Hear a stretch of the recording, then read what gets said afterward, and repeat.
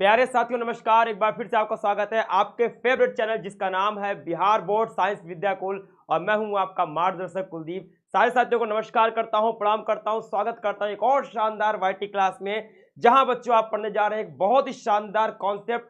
जी हाँ साथियों, आज आप पढ़ेंगे पहला चैप्टर कक्षा 12वीं जीव विज्ञान का जिसका नाम है जीवों में जनन। उससे बहुत ही महत्वपूर्ण 50 क्वेश्चंस को जो कि ऑब्जेक्टिव फॉर्म में होंगे। जी हाँ साथियों, बहुत ही शानदार तरीके से हम पढ़ने वाले हैं इन सारे ऑब्जेक्टिव को, जिसमें मैं आपको बताने वाला हूं कि ऐसे ऑब्जेक्टिव जो कई बार पूछे जा चुके हैं, ऐसे ऑब्जेक्टिव जो एक दो बार पूछे जा चुके हैं और ऐसे महत्वपूर्ण संभावित जो कि आने वाले संभावना है 2025 के एग्जाम में, बोर्ड एग्जाम में, उसको भी मैं आपको इस क्लास में बताऊंगा। तो साथियों, पहले ही चैप्टर के बहुत ही शानदार तरीके से 50 महत्वपूर्ण ऑब्जेक्टिव क्वेश्चन को लेकर के आपके सामने आ चुका हूं। तो सभी साथियों का स्वागत करता हूं, नमस्कार करता हूं और आपसे एक दरख्वास्त भी करता हूं, एक विनती कर रहा हूं कि जितने बच्चे हो जल्दी से सेशन को शेयर कर दो, ताकि जो आपके भाई बहन हैं जो अभी तक नहीं आ पाए हैं, जो आपके दोस्त यार हैं जो अभी तक इस क्लास में नहीं जुड़ पाए हैं, वो भी हमारे साथ जुड़ जाएं। सभी साथियों से एक और अनुरोध करूंगा, अगर आप नए आए हैं इस चैनल पर पहली बार इस चैनल को देख रहे हैं तो जल्दी से जाकर पहला काम ये करो कि सब्सक्राइब बटन को प्रेस करके रेड से व्हाइट कर दो और उसके बगल में एक बेल बना होगा उसको प्रेस कर दो, जिससे आपको हर एक क्लास का नोटिफिकेशन टाइम पर मिलता रहे। तो आइए साथियों, बिना किसी देर के क्लास को स्टार्ट करते हैं और पर्दे को खोलते हैं। क्या आप सही तैयार है? स्टार्ट किया जाए। हेलो साथियों, नमस्कार, प्रणाम, कैसे हैं आप सभी लोग? तो क्लास को स्टार्ट करते हैं। नमस्कार बच्चों, नमस्कार साथियों, क्या हाल चाल है मेरे भाइयों बहनों का? Good evening, good evening, good evening. तो चलो बच्चों स्टार्ट करते हैं क्लास को। तो पर्दा खुलता है सारे साथियों का एक बार फिर से स्वागत है, वेलकम है सभी साथियों का जो यहाँ पे जुड़े हुए हैं पढ़ने के लिए, यहाँ पे आए हुए साथियों, आपका उत्साह देख करके अच्छा लग रहा है। तो आइए बच्चों देखते हैं आज का पहला क्वेश्चन आपके सामने, पहला ऑब्जेक्टिव प्रश्न आपकी आंखों के सामने साथियों बहुत ही शानदार तरीके से आने वाला है। पर उससे पहले देखो हम क्या देखने वाले हैं, हम देखेंगे अति महत्वपूर्ण प्रश्न। अब अति महत्वपूर्ण ऑब्जेक्टिव प्रश्न से क्या तात्पर्य है साथियों? अति महत्वपूर्ण ऑब्जेक्टिव प्रश्न से तात्पर्य है ऐसे ऑब्जेक्टिव प्रश्न जो कि कई ईयर में पूछे जा चुके हैं इस चैप्टर से, मतलब एक से ज्यादा बार पूछे जा चुके हैं। अब चूंकि एक से ज्यादा बार पूछे जा चुके हैं तो बहुत प्रबल संभावना है कि ये सारे ऑब्जेक्टिव आगे भी पूछे जा सकते हैं इसी चैप्टर से। तो प्यारे साथियों, इनको जहां भी लिखना मोस्ट इंपॉर्टेंट जरूर कर लेना। हालांकि आपको लिखने की जरूरत वैसे तो नहीं है, क्योंकि क्लास खत्म होते इस पूरी क्लास का पीडीएफ आपको टेलीग्राम चैनल पर मिल जाएगा, जो कि इस वीडियो के ठीक डिस्क्रिप्शन में है। तो आइए बच्चों क्लास को स्टार्ट करते हैं पहले क्वेश्चन के साथ। पहला क्वेश्चन है, दो बार पूछा गया है 15 में और 2021 में। क्या पूछ रहा है? जब संतति की उत्पत्ति एकल जनक द्वारा होती है तब यह क्या कहा जाता है? मतलब जब संतान केवल एक जनक से होती है तो क्या कहते हैं साथियों? आप बताएंगे। तो इसको आप क्या कहते हो? लैंगिक जनन, अलैंगिक जनन, दोनों, या आंतरिक निषेचन? तो सभी साथी जानते हैं अगर एक जनक होगा तो उसके लिए हम वर्ड यूज करते हैं अलैंगिक जनन, ना कि लैंगिक जनन। तो वहां पे जो वर्ड हम यूज करते हैं वो होगा बच्चों अलैंगिक जनन। एक मिनट साथियों,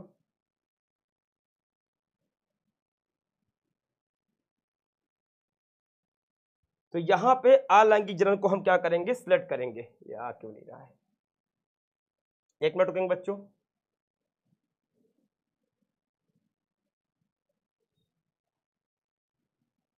तो आंसर यहां पे बी है, अलैंगिक जनन। एक सेकंड रुकिए।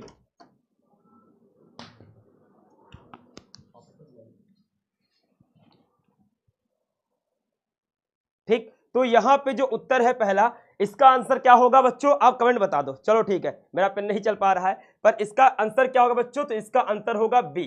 ठीक, इसका आंसर क्या होगा? आपको बी होगा साथियों।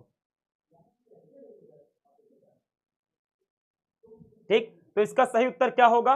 बी होगा। चलो ठीक है, अब मान लो भाई नहीं चल रहा है, पर जान लो कि बी ही है। ठीक है, चलो अगले क्वेश्चन पर मूव करते हैं। आंसर इसका बी है। ठीक है, नेक्स्ट क्वेश्चन है, निम्न में से कौन द्विगुणित संरचना है? आप बताएंगे बच्चों। ये क्वेश्चन का पूछा है 2020 और 2021 का प्रश्न है। आपसे पूछ रहा है इनमें से कौन द्विगुणित संरचना है, मतलब किसमें 2n होता है बच्चों। जब द्विगुणित की बात आएगी तो इसका तात्पर्य क्या है, इसका तात्पर्य है कि उसमें गुणसूत्र जोड़े में है।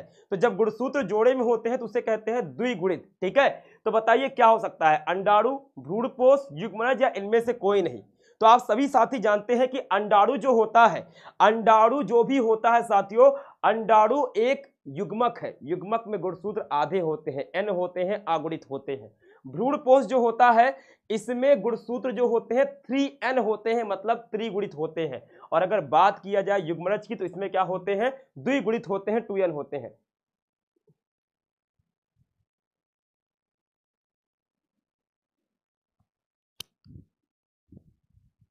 ठीक, अब आप बताइए, 1 मिनट बच्चों, 1 मिनट साथियों।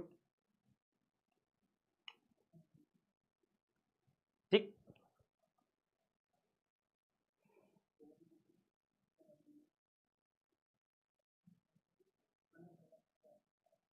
ठीक, चलो आ गया, आ गया, कुछ ज्यादा ही आ गया बच्चों। चलो आ गया। तो भैया ये क्या है, ये है अलैंगिक जलन। चलो अब सही हो गया। ठीक है, इसमें क्या है, इसमें सही उत्तर क्या है बच्चों, युग्मनज है। अब युग्मनज कैसा होता है बच्चों, द्विगुणित होता है। युग्मनज कैसा होता है साथियों, युग्मनज हमेशा कैसा होता है, द्विगुणित होता है, यानी कि 2n होता है। तो युग्मनज क्या है भैया, द्विगुणित है। और बाकी सब क्या है, ये है आपका अगुणित, ये है आपका त्रिगुणित। तो सही उत्तर क्या है बच्चों, यहाँ पे सी है। ठीक है, चलो अगले क्वेश्चन पर मूव करते हैं बच्चों। अगला क्वेश्चन है, मनुष्य में गुणसूत्रों की संख्या कितनी होती है। मनुष्य जो कि पुरुष है, पुरुष है बच्चों, ये क्वेश्चन बड़ा ही कॉमन सा है।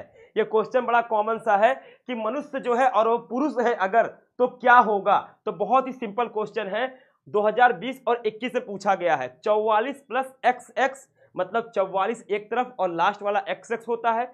44 प्लस XY, 46 प्लस XY या 46 प्लस XX। तो यहां ध्यान दो बच्चों, 44 प्लस XX जो फीमेल होती है उसमें होता है 44 गुणसूत्र, जिसको हम अलिंग गुणसूत्र कहते हैं, प्लस XX। हमेशा आपने इसे 10th में ही पढ़ा होगा।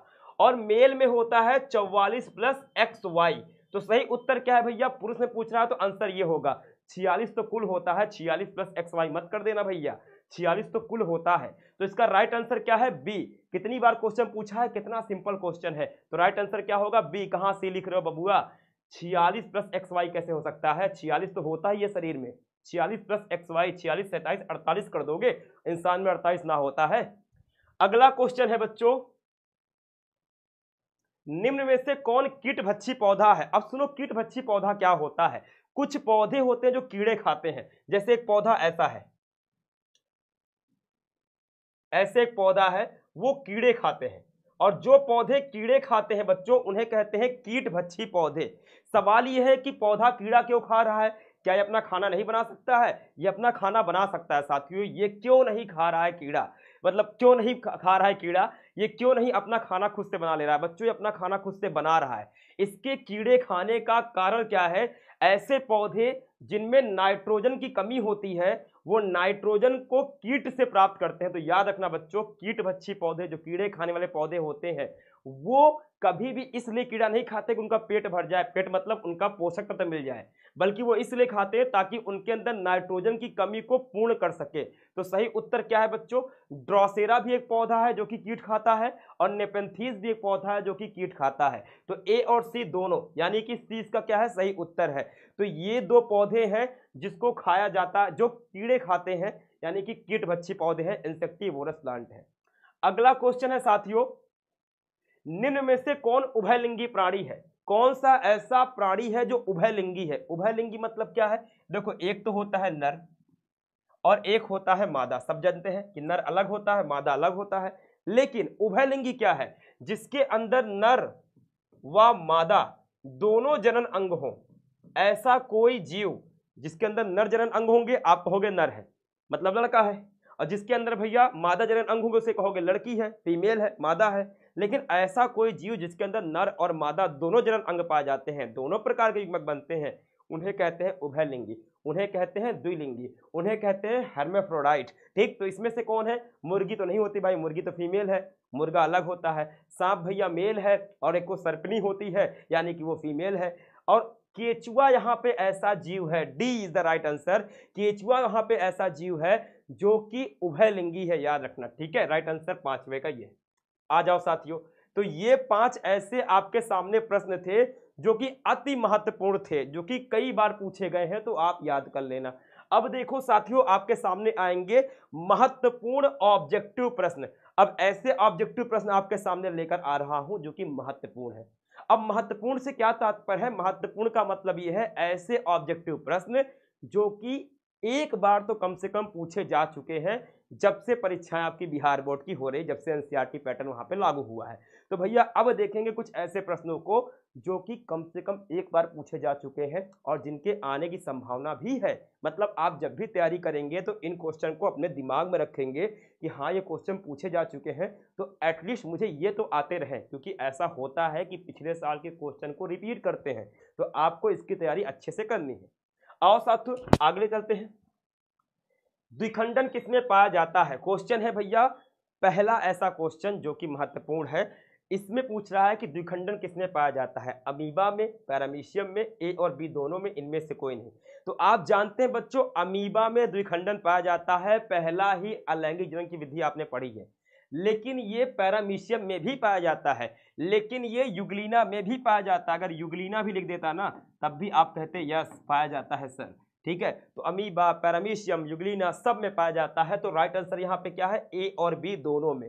तो ए तथा बी दोनों में क्या पाया जाता है?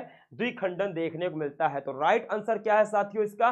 राइट आंसर है सी, ए और बी दोनों में। गलती मत करना, बच्चे क्या करते हैं पता है? कूद करके अमीबा लगा देते हैं। अरे अमीबा तो हमने पढ़ाया था सर ने, अमीबा अमीबा अमीबा। अमीबा का उदाहरण आपकी किताब में दिया हुआ है चित्र सहित, इसलिए आपके दिमाग में रट गया है। पर बबुआ ये पैरामीशियम में भी है, उसी में आगे लिखा है कि द्विखंडन पैरामीशियम में भी पाया जाता है, अमीबा में भी पाया जाता है, युगलीना में भी पाया जाता है, तो तीनों में पाया जाता है। राइट आंसर यहाँ पे क्या है? ए और बी दोनों। नेक्स्ट क्वेश्चन पर मूव करते हैं बच्चों। कायिक प्रवर्धन में क्या संभव है? कायिक प्रवर्धन में क्या संभव है, मतलब कायिक प्रवर्धन द्वारा क्या संभव होता है? अलैंगिक जनन, लैंगिक जनन, ए तथा बी दोनों, कोई नहीं। तो आप मुझे बताओ, आपने कायिक प्रवर्धन पढ़ा है, इसी यूट्यूब पे पढ़ा है। तो कायिक प्रवर्धन क्या होता है? पौधे के किसी भाग से, पुष्प और बीज को छोड़ दो, पौधे के किसी भाग से, जड़ से, तना से, पत्ती से, शाखा से अगर नया पौधा उगा दिया तो क्या कहते हैं? कायिक प्रवर्धन कहते हैं। अब कायिक प्रवर्धन अगर पौधे के किसी भाग से बना रहे हो तो क्या कहोगे? वो है अलैंगिक जनन की विधि। लैंगिक जनन नहीं है, लैंगिक जनन बीज है, तो बीज को छोड़ के कर रहे हैं, तो अलैंगिक जनन की विधि है। तो राइट आंसर यहाँ पे क्या है? ए। कायिक प्रवर्धन से क्या संभव है? अलैंगिक जनन, लैंगिक जनन बिल्कुल नहीं। नेक्स्ट क्वेश्चन है साथियों, निम्नांकित में से किसमें पादप काय अगुणित होता है? पादप काय अगुणित मतलब क्या है? जो पूरा का पूरा शरीर होता है किसी पौधे का, अगर उसमें पूरे शरीर में गुणसूत्रों की संख्या क्या हो? आधी हो, एन हो, अगुणित हो। हम जानते हैं कि युग्मक में तो होता ही है, हम जानते हैं साथियों कि युग्मकों में गुणसूत्रों की संख्या आधी होती है, अगुणित होता है। लेकिन ऐसा नहीं है, ऐसा भी है कि कभी कभी कुछ ऐसे पौधे होते, कभी कभी नहीं, मतलब कुछ ऐसे पौधे भी हैं बहुकोश की जिनमें पूरा शरीर ही क्या होता है? अगुणित होता है। पादप काय, काय मतलब शरीर होता है, पादप मतलब पौधा, तो पूरे पौधे का शरीर ही क्या होता है? अगुणित कोशिका बना होता है। शैवाल में भी ऐसा है, कवक में भी ऐसा है और ब्रायोफाइट में भी ऐसा है। हालांकि कवक पौधा नहीं है पर कवक में ऐसा होता है। तो D is the right answer. इनमें से सभी, याद रखना भाई, इन तीनों का जिक्र कहां भी आएगा आप क्या बताओगे? इनमें से सभी में क्या होता है? पादप काय अगुणित होता है। नेक्स्ट क्वेश्चन है साथियों, पादपों में एम्फीबियन उभय स्थानी किससे संबंधित है? मैंने आपको पहले ही पढ़ाया हुआ है साथियों, ऐप में भी पढ़ाया हुआ है, यहां भी पढ़ाया हुआ है कि जो पौधे होते हैं 5 प्रकार के होते हैं। पहले देख लो, एक तो होता है शैवाल, सारे बच्चे जानते हैं, एक तो है शैवाल, दूसरा है ब्रायोफाइटा, तीसरा है टेरिडोफाइटा,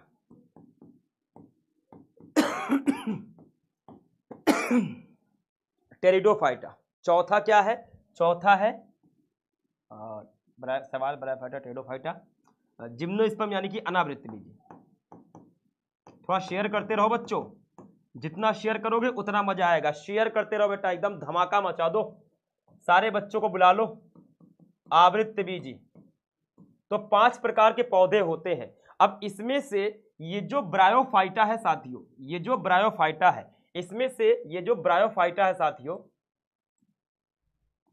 ठीक, ये जो है ब्रायोफाइटा, इसकी खासियत क्या है, जो ब्रायोफाइटा है साथियों, इसमें जल बहुत आवश्यक है। ये ऐसी जगह पर उगता है जहां पे आसपास पानी हो। क्यों? क्योंकि है तो पानी के बगल में, लेकिन अगर इसको लैंगिक जनन करना है बच्चों, अगर इसको लैंगिक जनन करना है तो ये पानी में ही इसको आवश्यकता पड़ेगी ही पड़ेगी। तो उभय स्थानी क्या होता है, एम्फीबिया क्या होता है, मेढक को कहते हैं। ऐसा जीव जो पानी में भी रहता है, पानी के बाहर भी रहता है, या जिसको जनन करने के लिए पानी चाहिए, तो ब्रायोफाइटा ऐसा है। राइट आंसर यहाँ पे बी है। अगला क्वेश्चन है साथियों, निम्नांकित में से कौन सा जंतु उभयलिंगी नहीं है? उभयलिंगी है नहीं है भैया। फीता कृमि उभयलिंगी है, केचुआ अभी आपने देखा है, जोक है, घरेलू मक्खी नहीं है। इसमें नर और मादा होते हैं। तो याद रखना, अगर उभयलिंगी जंतु का आपसे उदाहरण पूछे, उभयलिंगी जंतु का उदाहरण पूछे तो 3 लोग का नाम रट लो। एक तो है आपका जोक, जो आपके पैर में चिपक जाता है। दूसरा है साथियों क्या, दूसरा है केचुआ, जो बरसात में बाहर दिखाई देता है। और तीसरा है फीता कृमि, जो कि पेट में या आंत में पाया जाता है इंसानों के या दूसरे जानवरों की, और उनको बीमार करता है, फीता कृमि। ये तीनों का नाम याद रखना। ये तीनों जो भाई हैं ये है उभयलिंगी, नर और मादा दोनों जनन अंग पाए जाते हैं। तो घरेलू मक्खी नहीं बेटा, राइट आंसर यहाँ पे सी है। अगला क्वेश्चन है बच्चों, आप भी कोशिश करते रहो, मुकुलन द्वारा जनन किसमें होता है, और शेयर करते रहो। मुकुलन द्वारा जनन किसमें होता है? ये जो मुकुलन की प्रक्रिया होती है, इसमें जनन किसमें होता है, मतलब कौन करता है जनन, मुकुलन के द्वारा कौन जनन करता है? मुकुलन क्या होता है आप जानते हैं बच्चों, कि जैसे एक जीव है, ये जैसे एक जीव है, अब इसमें एक उभार आता है, फिर ये उभार बढ़ना शुरू करता है। आपने पढ़ा है बच्चों, आपने पढ़ा है, उसमें ऐसे ये उभार बढ़ता है और बढ़ता है बच्चों, और फिर एक नई संतान बनके तैयार हो जाता है। इस विधि को आप क्या कहते हो? इसे आप देते हो नाम मुकुलन। तो भैया मुकुलन किसमें पाया जाता है साथियों? तो मुकुलन पाया जाता है यीस्ट में, पैरामीशियम में नहीं बच्चों, पैरामीशियम में द्विखुंडन, पेनिसिलियम में कोनिडिया के द्वारा। ठीक, तो राइट आंसर क्या है? यीस्ट। और कौन सा ऐसा जीव है, दूसरा जीव जिसमें होता है, वो है हाइड्रा। हाइड्रा में भी मुकुलन होता है। अगला क्वेश्चन है बच्चों आपके सामने, अंड प्रजक है। अंड प्रजक मतलब कौन सा जीव है जो अंडे देता है? जो अंडे देता है अंड प्रजक, यानी कि ओवीपेरस। और जो संतान देता है, बच्चों को जन्म देता है, उसे कहते हैं सजीव प्रजक या जरायुज। तो मुर्गी देता है, हाँ देता है भैया। सांप भी अंडे देता है, हाँ देता है। मगरमच्छ भी देता है, हाँ देता है। तो भैया इनमें से सभी, गलती से यहाँ पे कोई नहीं लिख गया, पर इनमें से सभी होगा, इनमें से सभी। राइट आंसर क्या है? डी, इनमें से सभी। तो इनमें से सभी जीव जो है वो अंड प्रजक है, मतलब अंडे देते हैं, कोई ऐसा नहीं है जो अंडे ना देता हो। ठीक, बच्चे नहीं देता। नेक्स्ट क्वेश्चन है, निम्न में से कौन से एक लिंगी है? कौन सा पौधा एक लिंगी है, मतलब जिसमें नर या मादा दोनों में से कोई एक ही भाग पुष्प में है? सरसों, गुड़हल, पपीता, सभी। कौन सा है भैया? तो सरसों एक द्विलिंगी पुष्प है, गुड़हल एक द्विलिंगी पुष्प है, पपीता एक लिंगी पुष्प है, एक लिंगी है भैया। तो राइट आंसर यहाँ पे क्या है? सी, यानी कि पपीता एक लिंगी है बच्चों। ठीक है, अगला क्वेश्चन है आपके सामने, भ्रूणपोष वाले बीज को क्या कहा जाता है? आप जानते हो कि एक चीज है, उसे कहते हैं भ्रूणपोष। सारे बच्चे इसको पढ़े हैं। भ्रूणपोष क्या होता है? पौधों में दोहरा निषेचन होने के बाद एक भ्रूणपोष बनता है, और ये भ्रूणपोष जो होता है साथियों, इसका उपयोग करता है पौधे का भ्रूण। लेकिन लेकिन लेकिन कभी कभी क्या होता है, ये जो बीज होता है, ये जो बीज होता है, इसके ऊपर भ्रूणपोष बचा रह जाता है, पूरी तरह उपयोग नहीं करता है। तो उसे हम क्या कहते हैं? उसे हम कहते हैं इंडोस्पर्मिक। उसे क्या कहते हैं बच्चों? इंडोस्पर्मिक कहते हैं, एल्बुमिनस कहते हैं, एक ही भैया। तो ये भ्रूणपोषी बीज कहलाते हैं। D is the right answer, endospermic. ठीक है, अगला क्वेश्चन है, पौधे जो जलीय वातावरण में नहीं पाए जाते हैं, 2020 का क्वेश्चन है। ऐसा कौन सा पौधा जो जल में नहीं पाया जाता है? आप खुद बताओ। इनमें से हाइड्रा, ट्रापा, निलिम्बो, निलिम्बो मतलब कमल होता है, तो इनमें से कौन सा ऐसा पौधा जो जल में नहीं पाया जाता? बबूल, आपने देखा है, आप खुद बताओ, क्वेश्चन को दिमाग में लगाओ, कुछ अपना दिमाग लगाओ। सारे बच्चे सही उत्तर दे रहे हो, सही। कौन बोल रहा है? सी, निलंबो, कमल में नहीं होता है। ठीक, कहाँ हो भैया, कहाँ खोए हुए हो? राइट आंसर बताओ। एक कह रहा है बी, ट्रापा, ट्रापा पानी में होता है। अरे भैया, बबूल कभी पानी के अंदर देखे हो? जमीन पर उगता है, कांटे रहते हैं। तो सही उत्तर क्या है? डी। पूछ क्या रहा है? जो जलीय वातावरण में नहीं पाए जाते हैं। अगर अगर मान लो इन केस आपको नहीं पता निलंबो क्या होता है, ट्रापा क्या होता है, अरे इतना तो जानते हो ना, बबूल पानी में नहीं होता है। कॉमन सेंस लगा लो भैया कि बबूल जो है वो तो जमीन पर उगता है। राइट आंसर क्या है? डी है। ठीक, आओ नेक्स्ट क्वेश्चन पर। युग्मक सामान्यतः किस प्रकार के होते हैं? युग्मक कैसे होते हैं बेटा? Normally haploid, diploid, polyploid, nulliploid. Haploid मतलब जिसमें गुणसूत्र जोड़े में ना हो, एन। डिप्लॉइड मतलब जिसमें 2n। पॉलीप्लॉइड मतलब जिसमें ढेर सारे हो, मल्टीपल एन हो। ठीक, नलीप्लॉइड मतलब जिसमें एक भी ना हो, जीरो हो। आप बताओ तो युग्मक कैसे होते हैं? अगुणित होते हैं ना बेटा। अगुणित को इंग्लिश में कहते हैं हैप्लॉइड। कैसे होते हैं साथियों? अगुणित होते हैं ना। तो राइट आंसर क्या है? ए। ए इज द राइट आंसर। युग्मक कैसे होते हैं बबुआ? कैसे होते हैं? हैप्लॉइड होते हैं, मतलब अगुणित होते हैं, मतलब गुणसूत्र आधे होते हैं, जोड़े में नहीं होते हैं। राइट आंसर क्या है बच्चों? ए है, हैप्लॉइड। जरा और दम लगा के शेयर करो बेटा, इसको पहुंचा दो आज 1000 1000 पहुंचा दो, मजा आ जाए। अगले क्वेश्चन पर आते हैं बच्चों। द्विगुणित है, इसमें से कौन द्विगुणित है? मतलब किसमें गुणसूत्र जोड़े में है? आप बताओ। अंडकोशिका क्या है? युग्मक है। आप जानते हो पौधे में अंडकोशिका युग्मक है। पराग क्या है? इसके अंदर युग्मक है, यानी कि युग्मकोद्भिद है। युग्मकोद्भिद के अंदर क्या होता है? युग्मक होता है। तो ये क्या है? ये तो एन है। ये भी क्या है बच्चों? एन है। ए और बी दोनों ही एन है, यानी कि द्विगुणित तो नहीं है। और युग्मनज कैसा होता है बच्चों? 2n होता है। तो राइट आंसर क्या है? डी। आप जानते हो ना कि एक n यानी कि जैसे मान लेते हैं अंड, और दूसरा n जैसे मान लेते हैं पराग कण का जनन कोशिका, दोनों मिलते हैं, निषेचन होता है तो बनता है 2n। जो बनता है उसे क्या कहते हैं? युग्मनज कहते हैं ना बच्चों। इंग्लिश में कहते हैं जाइगोट। तो अगर कभी पूछे कि इसमें से कौन द्विगुणित है और अगर जाइगोट यानी युग्मनज है ऑप्शन में, तो आंख मूंद करके इसी को आप क्या करोगे? राइट आंसर टिक करोगे। आओ अगले क्वेश्चन पर मूव करते हैं। मादा जंतु जिसमें मध चक्र होता है, मैंने आपको मध चक्र और रज चक्र पढ़ाया है, जिसने नहीं पढ़ा है इसी चैनल के प्लेलिस्ट में जाना, बायोलॉजी क्लास 12 में जाना, आपको मिलेगा मध चक्र और रज चक्र पढ़ाया हुआ है बच्चों। तो मध चक्र और रज चक्र पूछ रहा है। मध चक्र किसमें पाया जाता है? नॉन प्राइमेट में, जो बंदर के वंश के नहीं है, कपि वंश के नहीं है। और रज चक्र किसमें पाया जाता है? प्राइमेट में, गोरिल्ला में, बंदर में, मानव में, औरंगुटान में, चिंपैंजी में, इन सब में पाया जाता है रज चक्र। गाय, भैंस, कुत्ता, बिल्ली, घोड़ा, गधा, सियार, इसमें क्या पाया जाता है? मध चक्र। तो सही उत्तर क्या है? बंदर में तो रज चक्र होगा, मनुष्य में क्या होगा? रज चक्र होगा, दोनों में रज चक्र होगा। तो बची कौन हमारी? गाय बची। तो राइट आंसर क्या है? गाय। गाय में क्या पाया जाता है? मध चक्र पाया जाता है। सही उत्तर ये है, गाय, भैंस, कुत्ता, बिल्ली, घोड़ा, जो मिले डी आंसर लगा देना आंख मूंद करके। ठीक, कहाँ सी सी कर रहे हो भाई? किसने कहा सी? सी कैसे हो सकता है भैया? बंदर और मनुष्य में क्या पाया जाता है? याद रखना, रज चक्र।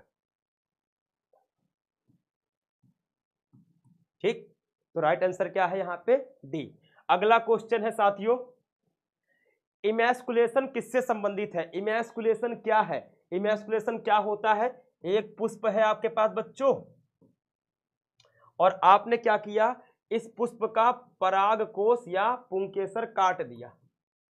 अगर आपने इसका पुंकेसर हटा दिया तो इसे कहते हैं इमैस्कुलेशन। इमैस्कुलेशन क्यों करते हैं? क्यों करते हैं? क्यों करेंगे भाई? अब इसका परागकोश हटा दिया, कोई बाहरी परागकण इसके ऊपर डालोगे। ठीक, यानी आपने क्या करवाया? कृत्रिम परागण। आपने करवा दिया कृत्रिम परागण।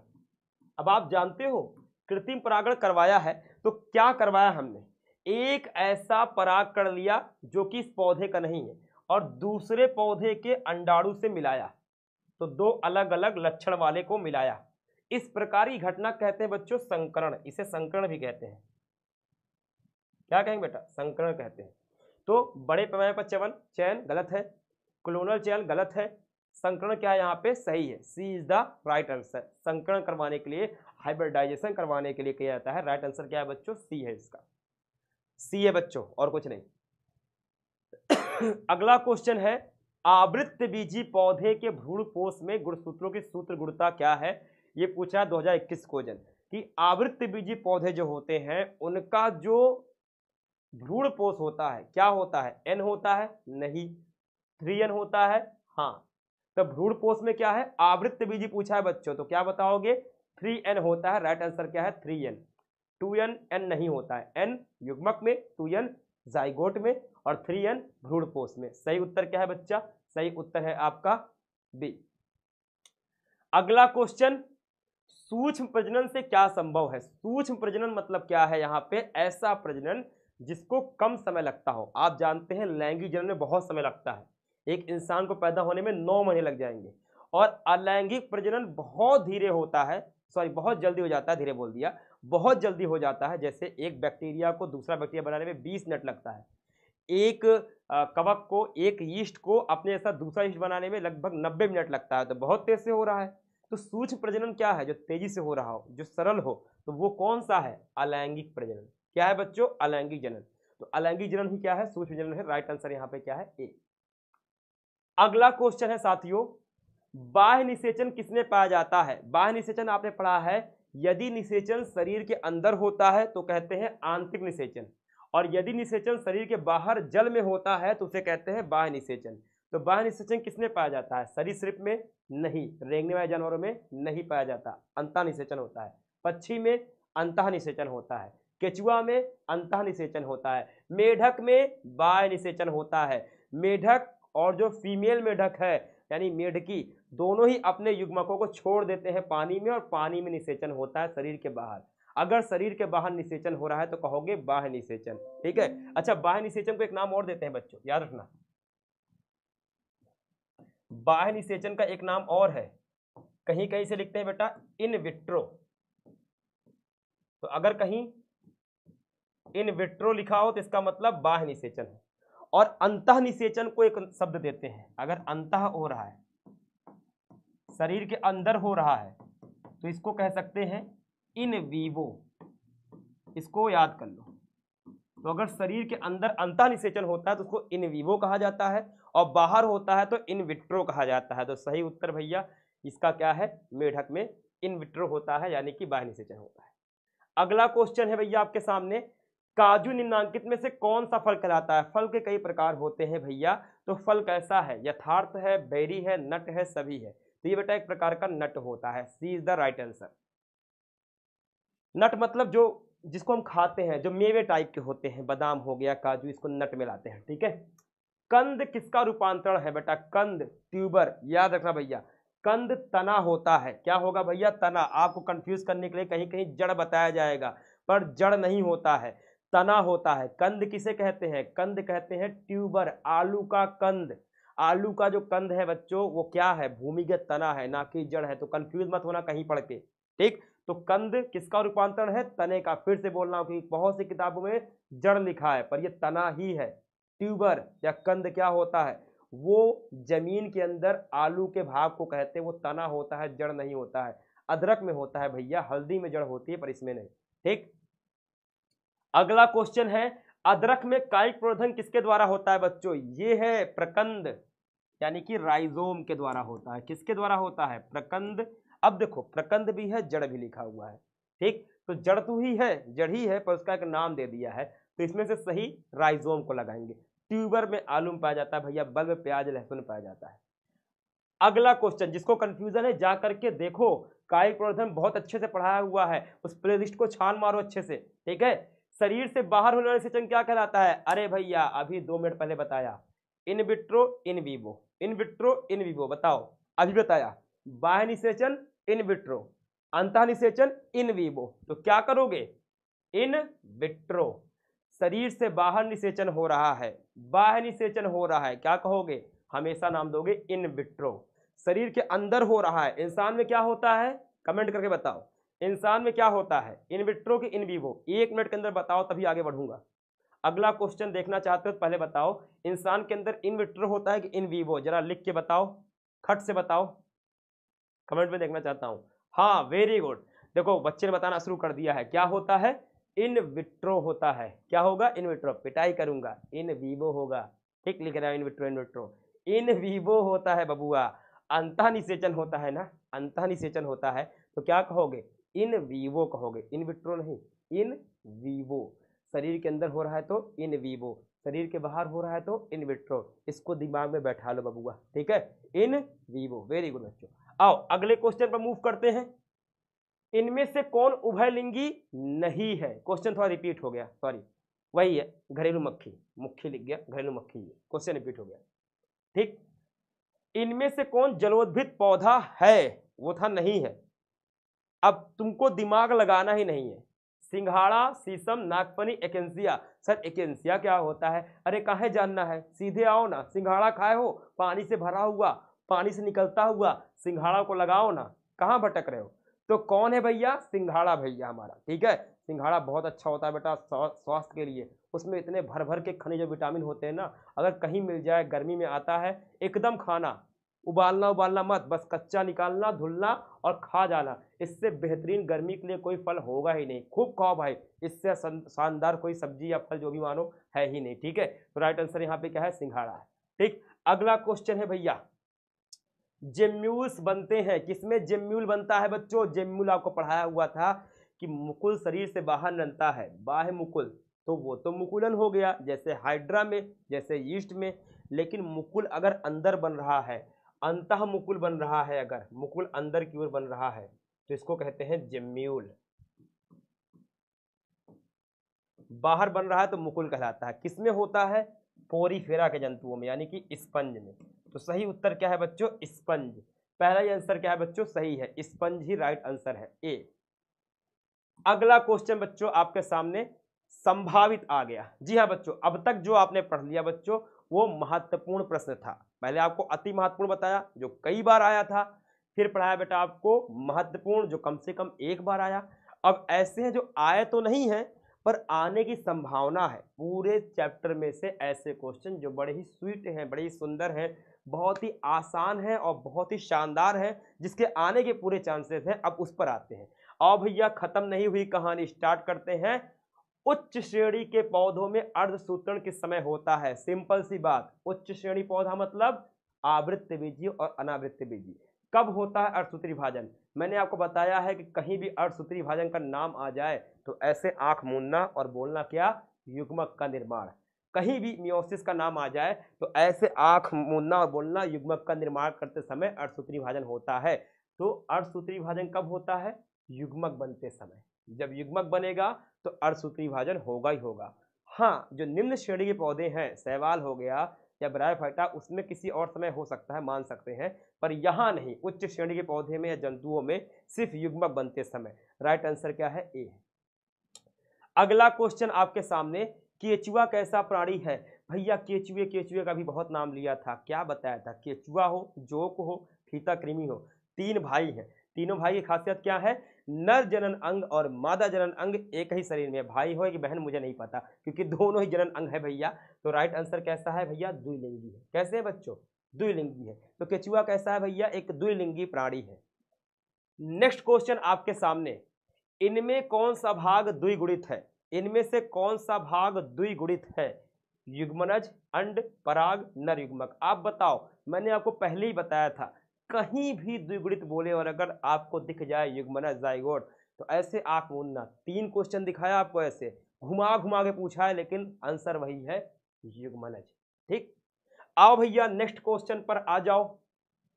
इनमें से कौन सा भाग अगुणित है? अब आएगा मजा। अगुणित है अंडाशय, परागकोश, पराग और युग्मनज। अब आप बताओ, अंडाशय पुष्प का भाग है, पुष्प क्या है? पौधे का भाग। परागकोश क्या है? पुष्प का भाग है, पुष्प क्या है? पौधे का भाग। युग्मनज क्या है बेटा? ये तो द्विगुणित होता है, आपने देख लिया।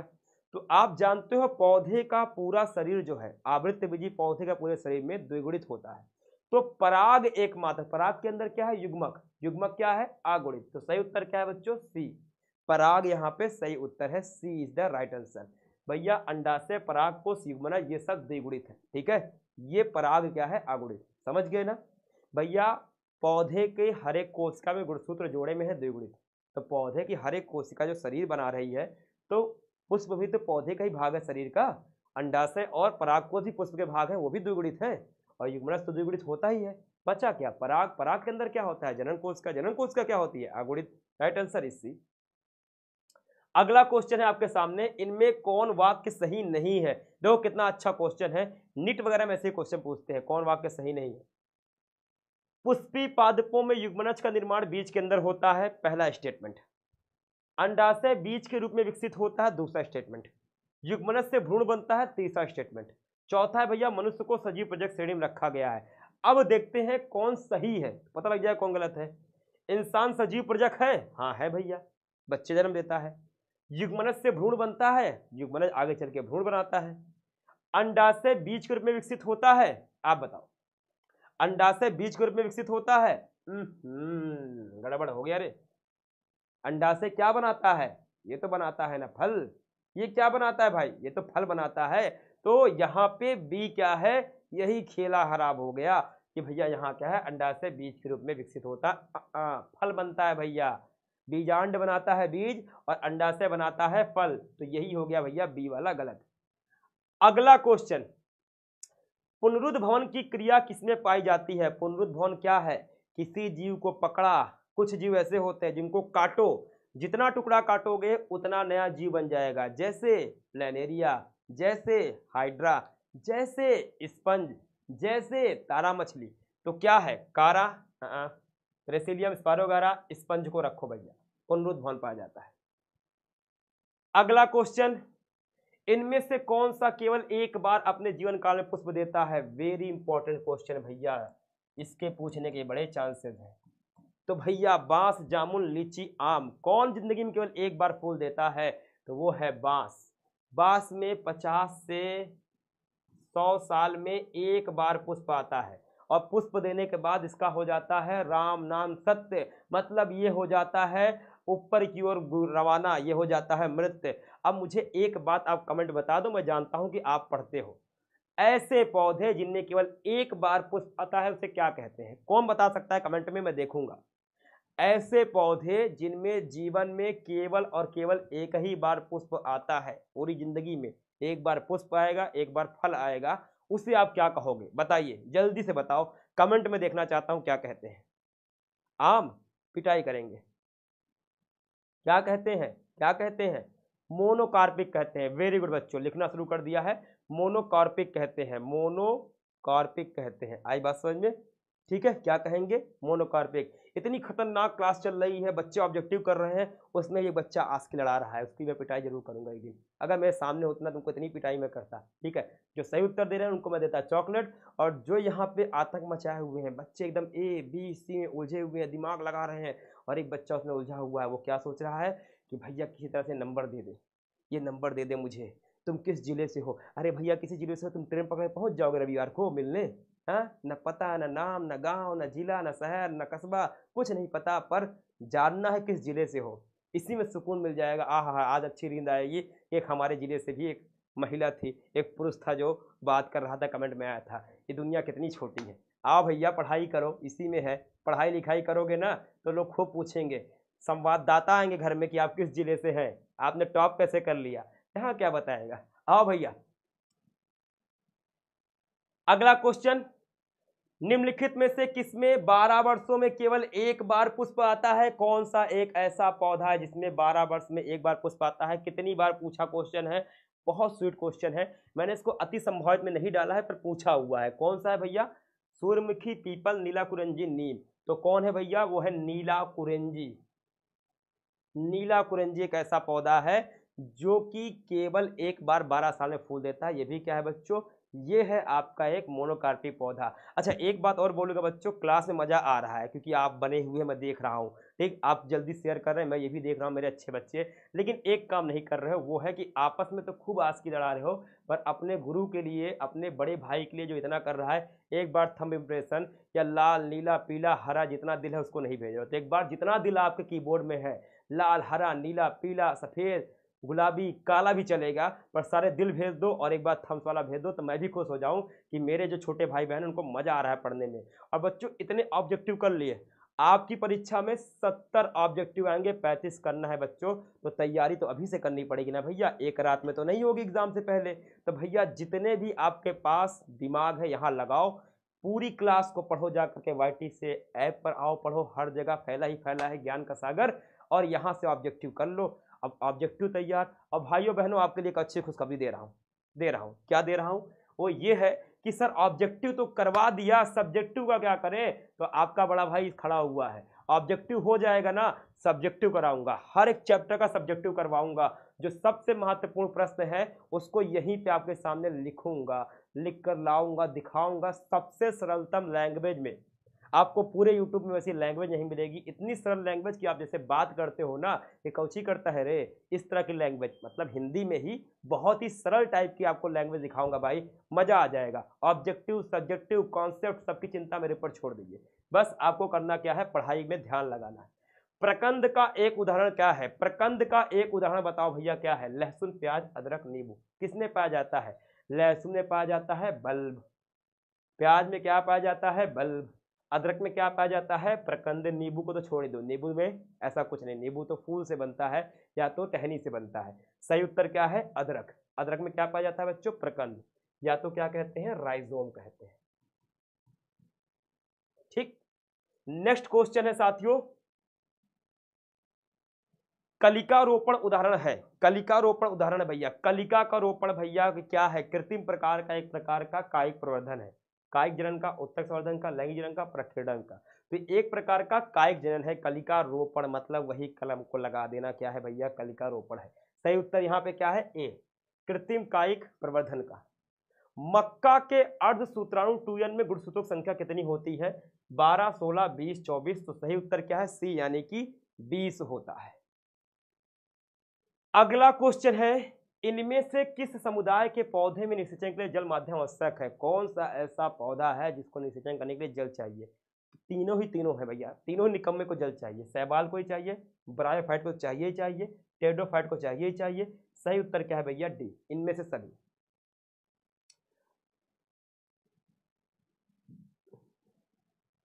अगले क्वेश्चन पर मूव करें, तो सही उत्तर क्या है भैया, अच्छा इधर आ गए हो क्या, सॉरी इधर भाग गया ना, हम कहे कहाँ भाग गया हमारा आगे पीछे करने वाला। तो द्विखंडन किसमें पाया जाता है, अब बताओ, आप बताओ भैया, हमसे तो ना हो पाएगा, बड़ा कठिन क्वेश्चन आ गया। द्विखंडन किसमें पाया जाता है, अरे शुरुआत में बताया था, अमीबा, पैरामीशियम, जलकुंभी, अमीबा तथा पैरामीशियम दोनों में, ए और बी नहीं दिया, कितना चालाक एग्जामिनर, क्या बोल दिया, अमीबा तथा पैरामीशियम दोनों में, तो लगाओगे डी, कूद करके अमीबा ना लगा देना, सर अमीबा अमीबा अमीबा, अरे अमीबा करोगे, पैरामीशियम क्या है, फालतू में आया है यहाँ पे, तो सही उत्तर क्या है, डी। अगला क्वेश्चन है बच्चों आपके सामने, मुकुलन द्वारा जनन किसमें होता है, यीस्ट में, म्यूकर में, पाइनस में, फर्न में, बताओ। मुकुलन का नाम आ जाए ना तो दो भाई बहनों को पकड़ लेना, एक यीस्ट भाई और एक अपना हाइड्रा भाई। सही उत्तर क्या है, ए। नेक्स्ट क्वेश्चन है आपका, इनमें से कौन पुष्पी पौधों के जनन में काम नहीं आता है, कौन सा ऐसी चीज है जो पुष्पी पौधों में जनन काम नहीं आता, कंद से आलू बनता है, जनन आता है भैया, भूस्तर से भैया, इससे क्या होता है, भूस्तर ये उसमें ऑफसेट है, मतलब ऑफसेट जो कि क्या बनाता है, जलकुंभी बनाता है, संकर भैया, संकर तो होता है, संकर से नया पौधा बनाते हैं, और कोनिडिया, ये सही उत्तर है भैया, कोनिडिया किसमें पाया जाता है, कवक में। सही उत्तर क्या है भैया, कवक। अगला, हाँ ठीक है, जब दो भिन्न विभेद के युग्मक संलयन करते हैं तो प्रजनन की विधि क्या कहते हैं, भैया दो युग्मक जोड़ रहे हैं, विभेद, स्ट्रेन, ये वर्ड यूज किया जाता है कवक के लिए, तो भैया दो प्रकार के युग्मक बन रहे हैं, अलग अलग प्रकार के जुड़ेंगे तो क्या है, लैंगिक जनन है भैया, युग्मक का नाम आ गया तो लैंगिक जनन लगा दो। अगला क्वेश्चन है आपके सामने, जीवाणुओं में कायिक प्रवर्धन, कायिक जनन किसके द्वारा होता है, देखो कायिक प्रजनन आप कहोगे सही तो पौधे में होता है, अलैंगिक जनन को ही कायिक जनन कह देते हैं कभी कभी, तो द्विखंडन द्वारा, हाँ बाबू, तो जीवाणु जो होते हैं वो भी क्या करते हैं, द्विखंडन करते हैं। अगला क्वेश्चन, किसमें जनक कोशिका दो में विभक्त होकर नए जीवों को जन्म देती है, मोनेरा, प्रोटिस्टा। अब जिसने 11th नहीं पढ़ा वो कहेगा sir what is Monera, what is protista, तो मोनेरा जीवाणुओं का समूह है, सारे जीवाणु जिस समूह से आते हैं उसको मोनेरा कहते हैं। प्रोटिस्टा एक कोष की यूकैरियोटिक जीवों का समूह है, अमीबा, पैरामीशियम सभी। तो आप बताओ क्या जीवाणु में द्विखंडन होता है? हाँ होता है। क्या अमीबम होता है? हाँ होता है। तो मोनेरा और प्रोटिस्टा दोनों जगत के प्राणियों में होता है, तो ए और बी दोनों। इनमें से किसे बंगाल का आतंक कहा गया है? बंगाल का आतंक किसे कहते हैं भैया? जो बंगाल में फैल गया तो बवाल मचा दिया, मछलियों को मार गया। ब्रायोफिल्लम, जलकुंभी, अगेव, केला। तो सही उत्तर क्या है? जलकुंभी को कहते हैं। जलकुंभी का एक नाम और होता है, अगर ये लिख दिया ना बाबू वाटर हायासिंथ तो घबराना मत। कहीं गलती से वाटर हायासिंथ लिख दिया ना तो घबराना मत। वाटर हायासिंथ क्या होता है साथियों? इसी जलकुंभी कहते हैं। गलती से आइकॉर्निया लिख दिया, घबराना मत, इसी ही के आइकॉर्निया एक ही चीज है। आइकॉर्निया, हाइसिंथ, जलकुंभी सब एक ही भाई बहन है, एक ही चीज है, बस नाम अलग है। इनमें से कौन ठहरे हुए पानी में उगकर ऑक्सीजन खींच लेता है? कौन ऐसा पौधा है जो कि पानी का ऑक्सीजन खींच रहा है? जलकुंभी, हाइड्रिला, कमल, धान। वही जलकुंभी, इसीलिए तो बंगाल का आतंक कहते हैं, क्योंकि ठहरे हुए पानी का ऑक्सीजन खींचता है, मछलियां मर जाती है। और बंगाल के लोगों को मछली बहुत पसंद है, तो वो बड़े शोक में आ जाते हैं, दुख में आ जाते हैं, इसलिए कहते हैं। तो जलकुंभी ही है, ठीक है। नेक्स्ट क्वेश्चन है, इनमें से किस पौधे की पत्ती के कटे किनारों से अपस्थानिक कलिकाएं उगती हैं? बताया था आपको यूट्यूब पर भी और हर जगह बताया है कि कायिक प्रवर्धन होने के लिए जिस संरचना की आवश्यकता होती है उसे कहते हैं एक्सिलरी बड, यानी कि अपस्थानिक कलिका। तो कुछ पौधे की पत्तियों में ऐसे अपस्थानिक कलिकाएं निकलती हैं जो आगे चल करके पौधा बनाती हैं, और इसे का एग्जाम्पल दो है। एक तो याद रखना क्या, ब्रायोफिल्लम। ब्रायोफिल्लम सही उत्तर डी है। इसी का एक नाम और है बच्चों, अजूबा। अजूबा कहते हैं। और एक और पौधा है उसे कहते हैं क्लांचू, उसमें भी पाया जाता है क्लांचू, ठीक है।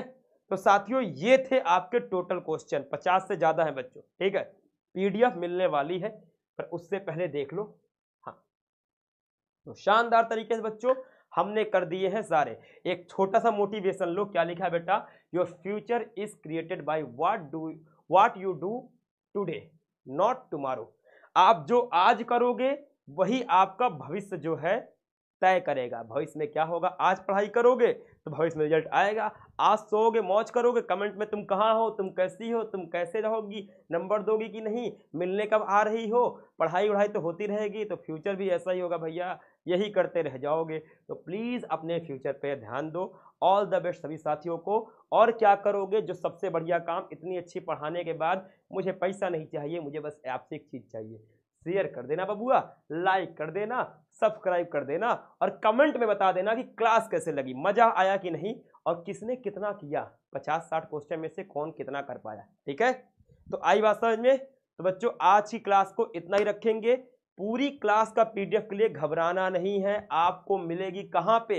इसी क्लास के खत्म होने के 5 मिनट के अंदर आपको टेलीग्राम चैनल डिस्क्रिप्शन पर है, वहां पे जाना, ज्वाइन हो जाना, उससे भी वहां पे आपको इसका पीडीएफ मिल जाएगा साथी, ठीक है। तो पढ़ाई करते रहिए, पूरा ध्यान लगा रहिए।